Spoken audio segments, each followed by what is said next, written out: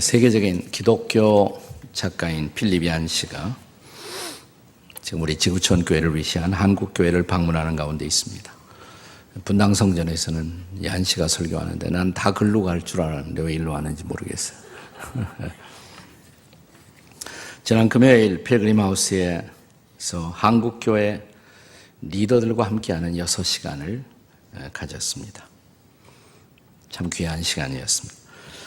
그분이 쓰신 베스트셀러 저작 가운데 교회, 나의 고민, 나의 사랑이라는 책이 있습니다. 교회, 나의 고민, 나의 사랑. 아마 제목을 듣자마자 여러분의 마음속에도 내가 지금 그래 이런 느낌을 갖는 분들이 있으리라고 생각이 됩니다. 본래 이 책의 원제는 Church, Why Bother? 교회, 뭐가 문제거리야? 이런 뜻으로 될 수도 있겠습니다. 이 책의 서문에서 필립 얀 씨는 한국교회 독자들에게 이런 마음을 나누고 있습니다. 전 세계적인 규모와 역동성을 자랑하는 한국교회, 이와 같은 책이 과연 필요할까 의아해하는 분들이 분명히 있을 것입니다. 하지만 제가 보기에 유럽이나 미국의 경우 못지않게 한국에도 교회에 대한 회의에 빠져있는 젊은이들이 많은 것 같습니다. 굳이 교회라는 조직에 소속될 필요가 있을까? 종교 없이도 영적인 삶은 살 수 있는 것이 아닌가? 기독교에서 하나님만 만나면 됐지. 굳이 꼴보기 싫은 다른 그리스도인들과 관계를 맺어야 하나? 이 책에서 필립 얀 씨는 자신도 한때 교회에 실망하여 교회를 떠난 적이 있었다고 고백합니다. 그러면서도 다시 교회로 돌아와 교회는 이제 자신의 삶의 절대적인 한 부분이 되어 교회는 새롭게 나의 사랑이 되었다라고 고백하고 있습니다. 그리고 이 책에서 그는 교회에 대해서 존재하는 많은 비유 가운데 가장 따뜻한 비유가 있다면 그것이 바로 집 혹은 가정이라고 고백합니다. 그는 다시 교회로 돌아오면서 시인 로버트 프로스트의 말을 생각했다고 합니다. 프로스트가 쓴 시 가운데 가정을 그는 이렇게 말했습니다. 내가 거기로 가야 할 때 식구들이 나를 기꺼이 받아주어야 하는 곳. 그렇게 교회는 나를 다시 받아주었다라고 고백합니다. 철로 역정의 저자인 존 버년도 비슷한 시각을 갖고 있었습니다. 그는 주인공 순례자 크리스찬의 고난의 순례 여정을 계속 묘사하다가 이 순례자가 순례길에서 새로운 힘과 안식을 얻는 장소로서 아름다운 집을 설정합니다. 본래 원문에는 House Beautiful, 문자 그대로 번역하면 아름다운 집이 되겠죠. 우리말 번역에는 미궁 이렇게 번역한 것도 많이 있어요. 이 집이 비교적 큰 집이기 때문에 궁전 같은 아름다운 집, 미궁, 아름다운 궁전. 그렇다면 이 책의 저자인 존 버년은 교회에서 실망이나 상처를 경험하지 않았을까? 그렇지 않습니다. 그도 신앙을 찾고 구도하는 과정에서 적지 않게 상처를 경험하고 있었다고 말합니다. 그러나 마침내 그럼에도 불구하고 교회는 인생 순례길에 없어서는 안 될 아름다운 집이라고 고백하게 된 것입니다. 자, 그래서 고난에 찬 인생 순례의 여정, 그 길에 크리스찬들이 쉬어갈 아름다운 안식의 장소로서 등장한 아름다운 집, 이것이 교회를 상징하는 표시로 이 책에 등장하게 된 것입니다. 그런데 그것을 과연 우리의 현실 속에서도 그 고백이 가능할까요? 저는 오늘 여러분과 함께 교회가 아직도 아름다운 집일 수가 있는 이유 2가지만 생각해 보고자 합니다. 첫째는 교회는 아름다운 진리의 기둥과 터이기 때문에 그렇습니다. 바울 사도는 본문 디모데전서 3장 15절에서 이렇게 우리에게 말해 주었습니다. 본문을 다시 한번 다 같이 읽겠습니다. 시작.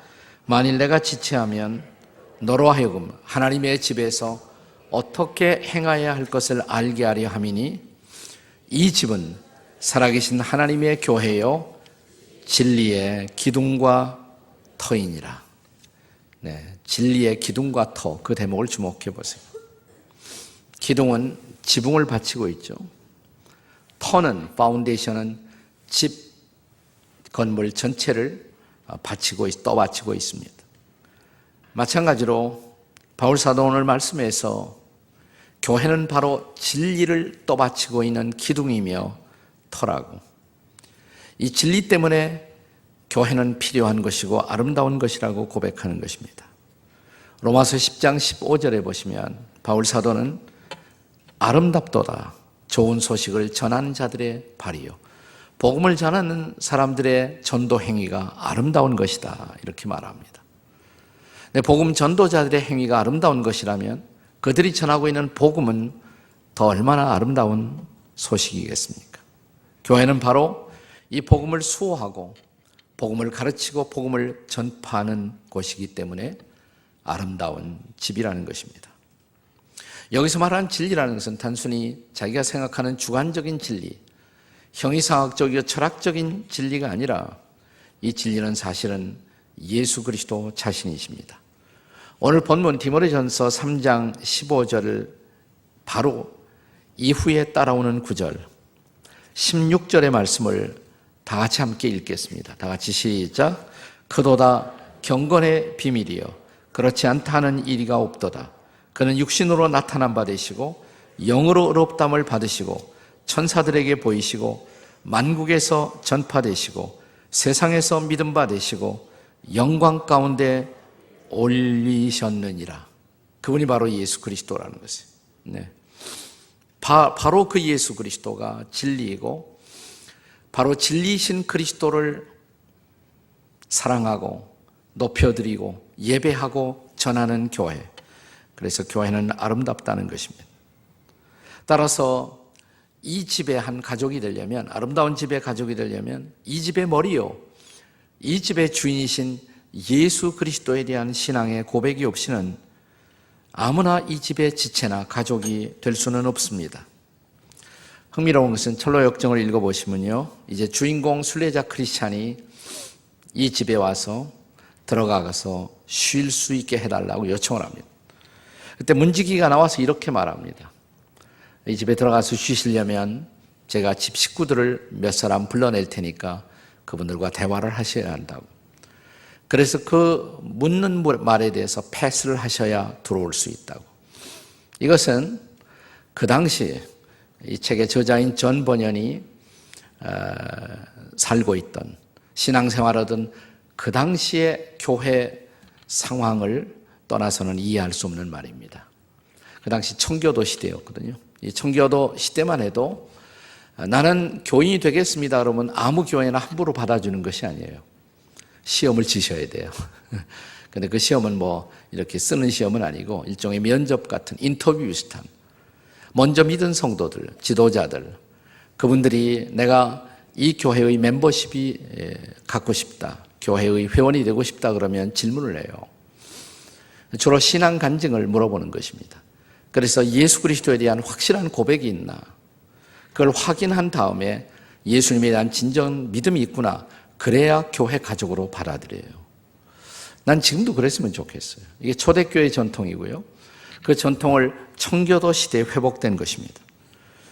요즘 많은 사람들이 교회를 다니지만 그들이 다 예수님에 대한 진지한 신앙을 고백하고 있는 사람들이라는 보장은, 개런티는 전혀 없죠, 사실은. 이렇게 와서 다 열심히 지금 예배하는 것 같지만 여러분이 다 진짜가 아니라는 것 저는 너무 잘 알아요. 옆에 분들에게 물어보시겠습니다. 정말 진짜이십니까? 한번 물어보시겠습니다. 물어봐요, 좀 옆에. 정말 진짜냐고. 진지한 신앙 고백이 있느냐 말이에요. 예수님이 나의 구주와 주님이 되시는가. 이런 거 하라고 그러면 절대로 안 하는 사람이 수상한 사람들입니다. 옛날 같으면 교회 들어오지도 못하게 해요. 네. 성찬에도 참여하지 못하고요. 그것이 그 시대 교회의 하나의 전통이었습니다. 특별히 존 버년이 나가던 교회는 여러분이 지금 출석하고 있는 이 교회, 우리 교회처럼 침례교회예요. 베프티스트의 침례교의 중요한 교리 가운데 하나가 신앙 고백이 있는 사람, 거듭남의 고백, 중생의 고백이 있는 사람만 회원으로 받아들인다. 이것은 침례교회의 오랜 전통이었습니다. 물론 요즘 침례교회들은 다 그렇게 하지 않는단 말이죠. 근데 이것이 중요한 신앙 고백이에요. 그래야 교회의 순수성이 보존될 수가 있다는 것입니다. 자, 거기다 크리스찬이 이 아름다운 집으로 들어가려고 할 때 방해거리가 또 하나 있었습니다. 자, 멀리서 보니까 이 집 앞에 2마리의 사자가 어슬렁어슬렁거리고 있었어요. 겁이 생기죠. 어떻게 저 집에 들어가나. 이제 우리 철로역정 우리 순례길에 아름다운 집이 하나 지어지고 그 앞에 사자 2마리가 이렇게 그 앞에 배치가 될 것입니다. 사자가 있으니까 내가 잘못하면 사자 밥 될 텐데 어떻게 들어가나. 들어갈 수 없다고 생각했단 말이죠. 그래서 어쩌나 후퇴할 수도 없고 몇 발걸음 후퇴한 채로 겁을 집어먹고 있을 때 문지기가 소리치기 시작합니다. 이 사자들 두려워하지 마십시오. 잘 보시면, 자세히 보시면 이 사자들은 사슬로 단단히 묶여 있습니다. 이 사자들이 여기에 있는 것은 순례자들의 믿음을 시험해서 확신이 없는 불의들을 가려내기 위해서 이 사자들이 여기에 매여진 것입니다. 길 한복판을 벗어나지만 말고 좌로나 우로나 치우치 않고 들어오시면 털끝 하나 상하시지 않을 것입니다. 바로 이 사자들의 존재 여부는 우리의 신앙을 시험하기 위한 것이라고. 그렇습니다. 먼 훗날 말이죠. 언젠가 저와 여러분이 세상을 떠나서 이 땅에서 아름다운 집은 교회가 그 역할을 하고 있지만 보다 완벽한 하나님의 집, 영원한 하나님의 집, 우리가 저 천국에 들어가려고 할 때 우리 마음속에 두려움이 있을 거예요. 과연 이 천국이 나를 받아줄 것인가? 나 같은 사람도 받아줄 것인가? 그때 아마 우리의 대적마귀 사자는 으르렁거리면서 우리 마음에 이렇게 위협을 줄 것입니다. 그래, 맞았어. 너는 여기 들어올 자격 없어. 네가 이 세상에 살 때 살았던 내 행위를 네 스스로 잘 알지. 그때 여러분은 어떻게 대답하시겠습니까? 네, 맞아요. 내 행위 형편없었지만 그러나 이런 나 때문에 예수님 오시고 내 허물과 죄를 짊어지고 십자가에 피 흘려 돌아가시고 나는 예수님의 그 보혈을 통해 죄 씻음을 받고 이제 내가 하나님의 자녀가 되었으므로 나는 하나님의 은혜로 나는 천국에 들어갈 수 있다고 믿습니다. 그렇게 고백할 수 있습니까? 이게 확실하지 않은 사람들이 지금 수상한 사람들이란 말이죠. 이게 바로 천국에 들어갈 수 있는 우리의 당당한 고백이 될 수가 있어야 한다는 것입니다. 자, 이런 신앙에 확신이 없는 사람들은 이 아름다운 집, 저 영원한 집에 들어갈 수가 없을지도 모릅니다. 오직 어떤 사람들이 예수님이 그리스도라는 확신, 그리고 그 예수 그리스도가 이제 인격적으로 나의 구주와 주님이 되셨으므로 그분은 나의 구원, 그분은 나의 영생임을 확신하는 사람들만이 이 아름다운 영원한 집으로 들어갈 수가 있다는 것입니다. 그래서 그분은 지금도 우리에게 이렇게 말씀하십니다. 내가 곧 길이요 진리요 생명이니 나로 말미암지 않고는 아버지께로 올 수 있는 사람이 아무도 없다고. 바로 이 복음의 진리, 이 진리를 선포하는 곳, 가르치고 전하는 곳, 그것이 바로 교회예요. 그래서 교회는 아름다운 집이라는 것입니다. 교회가 아름다운 집일 수 있는 또 하나의 이유가 있습니다. 두 번째 이유가 있어요. 교회는 아름다운 교제의 공동체이기 때문에 그렇습니다. 아름다운 교제의 공동체. 자, 철로역정에 보면 이제 이 아름다운 집에서 들어가서 이제 순례자 크리스찬이 만나는 성도들이 있습니다. 그들의 이름이 뭐냐면 우선 신중, discretion, 신중. 근데 신중이라는 이름을 가진 제가 과거에 섬기던 교회 집사님이 한 분 계셨어요. 참 고생을 많이 하셨습니다. 신중은 좋은데 성이 좀 안 좋아갖고 임신 중이셨습니다. 1년 365날 그분은 항상 임신 중이십니다. 이름을 잘 지어야 돼요. 우리 자식들 이름을 잘 지어야 돼요. 네. 신중, 그 다음에 분별, 프루던스, 경건, 파이어티, 자선, 체리티, 뭐 이런 자매들이 나와서 순례자 크리스찬을 환영하는 거예요. 번연은 그가 이 아름다운 집에 들어가서 만나는 이들을 가리켜서 아름다운 숙녀라고 기록합니다. Beautiful damsel이라는 그런 단어를 썼어요. 아름다운 숙녀들, 아름다운 사람들, 아름다운 백성들을 만났습니다. 이 집에서 이 아름다운 사람들과 어울려 그는 이제 아름다운 교제를 누리게 되는 것입니다. 그리고 이들은 이야기꽃을 피웁니다. 그 이야기의 핵심은 지금까지 이 고난의 순례길을 걸어오면서 겪었던 모든 이야기로 꽃을 피웁니다. 한마디로 말하면 내가 어떻게 좁은 문을 통과했고 어떻게 십자가 언덕을 통과했으며 어떻게 여기까지 왔는지, 그게 바로 신앙 간증이에요. 그게 신앙 간증이죠. 고백입니다. 자, 초대교회나 청교도 시대의 그리스도인들은 만나서 서로 모르는 두 사람이 교회 안에서 이제 교제를 시작한다 그러면 먼저 신앙 간증으로 시작했습니다. 예외 없이 그렇게 했어요. 신앙 간증으로 교제를 시작합니다. 그래서 상대방이 정말 주님의 사람인 것을 확인한 다음에 그들은 마음을 깊이 나누면서 더 깊은 교제 속으로 들어가는 것입니다.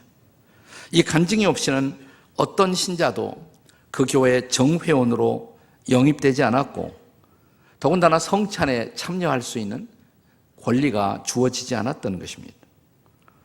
자, 초대교회가 그랬고 청교도 시대에도 이 전통은 견고하게 실천되고 있었습니다. 저는 사실 지금도 그렇게 한다면 교인들의 숫자는 팍 줄일지 몰라요. 나 교회는 훨씬 더 순결해질지 모른다. 뭐 이런 생각을 할 때가 있습니다. 자, 이런 간증을 나눈 후에 철로 역정에 보면 이제 식탁이 펼쳐집니다. 그리고 식탁에 둘러앉아서 빙 둘러앉아 그들이 교제와 식사를 시작합니다. 아름다운 잘 차려진 먹음직스러운 음식을 나누면서 다시 이야기꽃을 피웁니다. 이런 모습을 보세요. 얼마나 아름다운 모습입니까? 이것은 바로 구약 성경이 그리워하던 공동체를 구현하고 있는 모습인 것입니다. 시편 133편 1절을 다 같이 한번 읽어보겠습니다. 시작.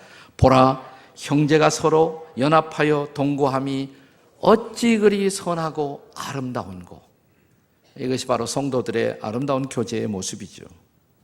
자, 존 버녀는 다시 그들이 식탁에서 나누는 이야기, 그 이야기의 핵심은 이 고난의 고갯길을 넘을 때 함께 하셨던 바로 그분, 그리고 이 아름다운 집의 주인 되신 그분에 대한 이야기였다고 말합니다.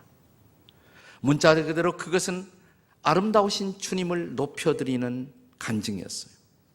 예배 왜 드려요? 주님을 높여드리고 찬양하기 위해서. 네.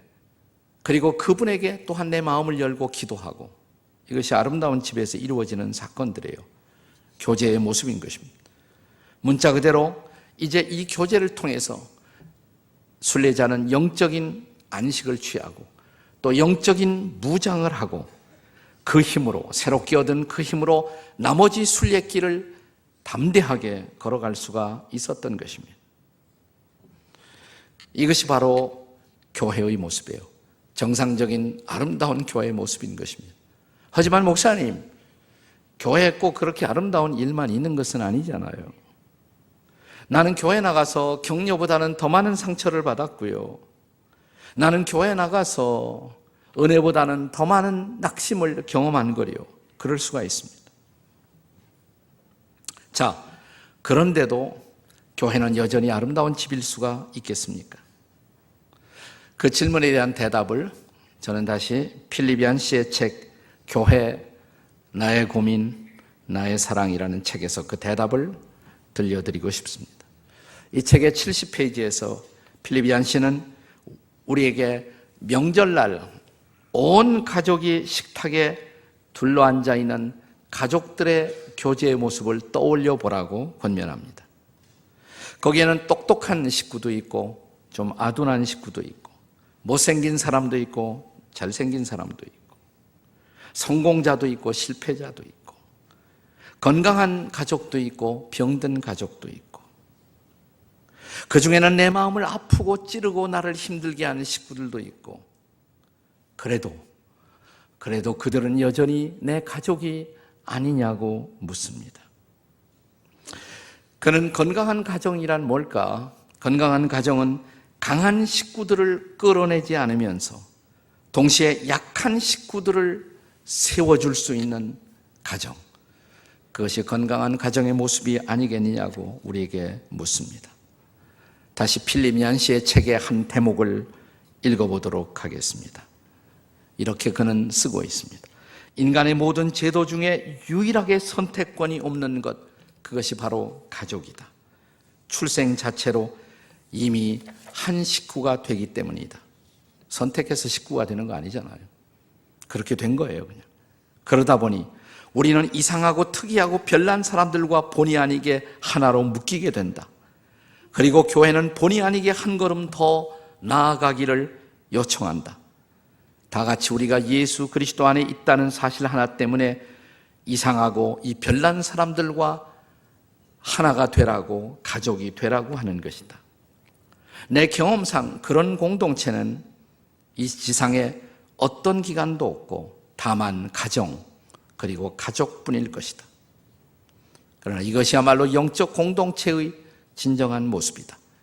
헨리 나우에는 이런 영적 공동체를 정의하면서 가장 함께 더불어 살기 싫은 사람들이 그럼에도 불구하고 반드시 함께 살아야 하는 곳, 그것이 바로 공동체라고 말합니다. 아니, 그렇게 함께 하고 싶지 않은 사람들과 꼭 함께 그곳에서 하나님을 예배하고 그럴 필요가 있습니까? 근데 우리 교회는 참 편리해요. 네. 저쪽에서 상처받고 힘들면 이쪽으로 오면 되거든요.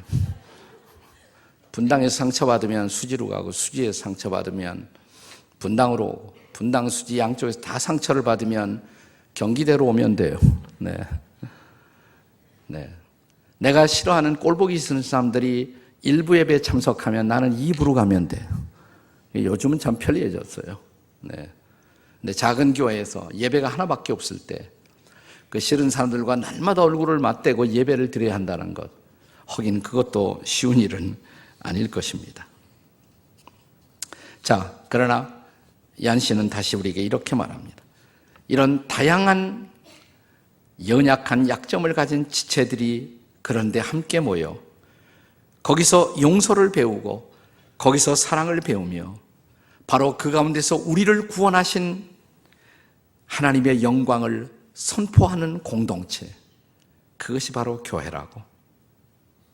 이것이야말로 교회의 진정한 아름다움이 아니겠느냐고. 그러면서 얀 씨는 이 책의 거의 마지막에 매우 감동적인 한 이야기를 들려줍니다. 지난 금요일 필로이 마우스에서 우리가 한 120명의 한국교회 중요한 리더들을 초청하고 얀 씨와 함께 시간을 보내는데, 거기서 그분이 이 얘기를 하시더라고요. 똑같은 얘기를 하셨습니다. 미국 콜로라도 주에 이분이 살고 있는데, 자기가 살고 있는 산골 마을, 거기에 고등학교가, 중고등학교가 딱 하나 있다고 합니다. 에버그린 하이스쿨이라는 학교가 있는데, 그 마을에, 아니 그 학교에, 그 마을에서 들을 수 있는 유일한 오케스트라 팀이 그 학교 안에 있었다고 그래요.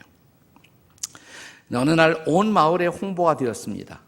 이 학교 학생들이, 오케스트라 팀이 베토벤의 제9번 심포니 교향악을 연주한다고. 그래서 필립 얀 씨도 이 학생들이 과연 그 곡을 연주해낼 것인가 호기심을 갖고 이제 마을 사람 모두와 함께 참여를 했습니다. 그리고 이 학생들의 오케스트라 연주는 들으면서 내내 얀 씨는 생각하기를, 아무래도 곡을 잘못 선택했다. 하필이면 이렇게 어려운 곡을 선택한, 자기가 기대했던 그 수준에 훨씬 못 미치는 연주여서 굉장히 마음에 실망이 많이 되었다고 해요. 근데 실망 계속 하려고 하다가 갑자기 자기 마음속에서, 그러면 이 학생들이 이 베토벤 심포니 9를 연주한 것 자체가 무의미하다고 말할 수가 있을까? 사실상 이 시골 마을에 살고 있는 사람들이 이런 베토니 심포니 9을 비록 수준에 이르지는 못했지만 비슷하게라도 들을 수 있는 유일한 기회를 이 학생들이 우리에게 제공하고 있지 않은가 말이죠. 그러면 그 나름대로 그것은 의미가 있지 않은가라는 생각이 밀려왔다고 그래요. 그러면서 이한 씨는 이렇게 우리에게 도전했습니다. 오늘날 이 땅의 교회들이 과연 주님이 우리에게 기대하시는 그 수준에 미치고 있을까요? 네. 훨씬 주님의 기대에 미치지 못하고 있는 우리들의 모습을 보란 말이죠. 네. 얼마나 실망하고 얼마나 좌절하게 만드는 교회에서 일어나는 수많은 사건들. 그럼에도 불구하고 주님은 이 형편없는 사람들이 모인 공동체 안에서 예수 그리스도의 복음의 심포니를, 복음의 교향악을 연주하라는 놀라운 소명을 주셨다고. 비록 주님이 기대하시는 그만큼의 소리를 내지 못하지만, 그만큼의 아름다운 연주를 하지 못하지만, 그래도 이 교회마저 없다면 복음을 들을 수 없는 사람들이 어디에서 예수 그리스도의 구원의 복음의 메시지를 들을 수가 있겠느냐고. 도전이 되지 않습니까? 아마 우리가 만든 교회라는 이 교향악단, 이 교향악단에서 우리 한 사람 한 사람이 하나의 악기가 되어 함께 우리는 하나님을 향한 찬양의 음악을 연주하고 있는 것입니다. 우리 중에 어떤 사람은 더러는 고장난 악기일 것이며, 우리 중에 어떤 사람은 제 소리를 내지 못하는 변질된 악기일 수도 있습니다. 그럼에도 불구하고 주님이 이렇게 말씀하시는 모습을 상상해 보세요. 너희들의 연약함, 그것은 누구보다 내가 잘 안다. 나는 너희가 더 좋은 악기가 되었으면 좋겠다. 그리고 더 좋은 연주를 했으면 좋겠다. 그러나 그럼에도 불구하고 잊지 말아라. 너희는 복음의 소리를 이 세상에서 내야 할 유일한 공동체라는 것을, 너희가 바로 이 세상의 유일한 희망의 소리, 세상의 유일한 구원의 소리를 연합해서 심포니로 복음의 교향악을 이 세상에 들려주어야 한다고. 그것이 바로 교회, 그것이 바로 하나님의 아름다운 집의 소명이라고. 사랑하는 여러분, 그렇다면 부족하고 연약한 자격 미달의 공동체에 속한 우리들을 통해서 이 가을철에도 복음을 들어야 할 이웃들에게 우리가 복음을 들려주어야 마땅하지 않겠습니까? 그래서 우리가 블레싱 축제를 하는 거예요. 1년에 한 번씩 그냥 형식적으로 행사하는 거 아니에요. 여러분들이 전도하기 쉽도록 교회가 강사를 초청하고 찬양하는 사람들도 초청하고, 그래서 쉽게 여러분의 사랑하는 가족, 친지, 이웃들을 모시고 와서 그들에게 이 복음의 소리를 좀 들려주려고. 이것이 블레싱 축제를 하는 이유인 것입니다. 금년에도 그냥 지나갈 거예요? VIP가 작정되셨습니까?